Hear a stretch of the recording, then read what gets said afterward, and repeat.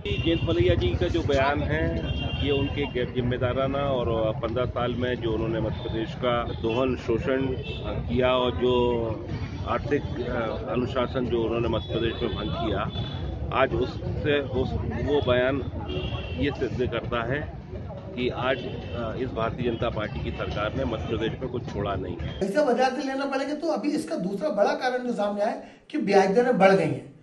ब्याज दरें बढ़ने से भी सरकार की परेशानी है। अब सरकार के सामने चुनौती है कि अगर वो उनकी घोषणाएं और उनके क्रियान्वयन नहीं होता है तो उसका सीधा असर जो है 2019 के चुनाव पर पड़ेगा, जहां बीजेपी को घाटा होने की उम्मीद है।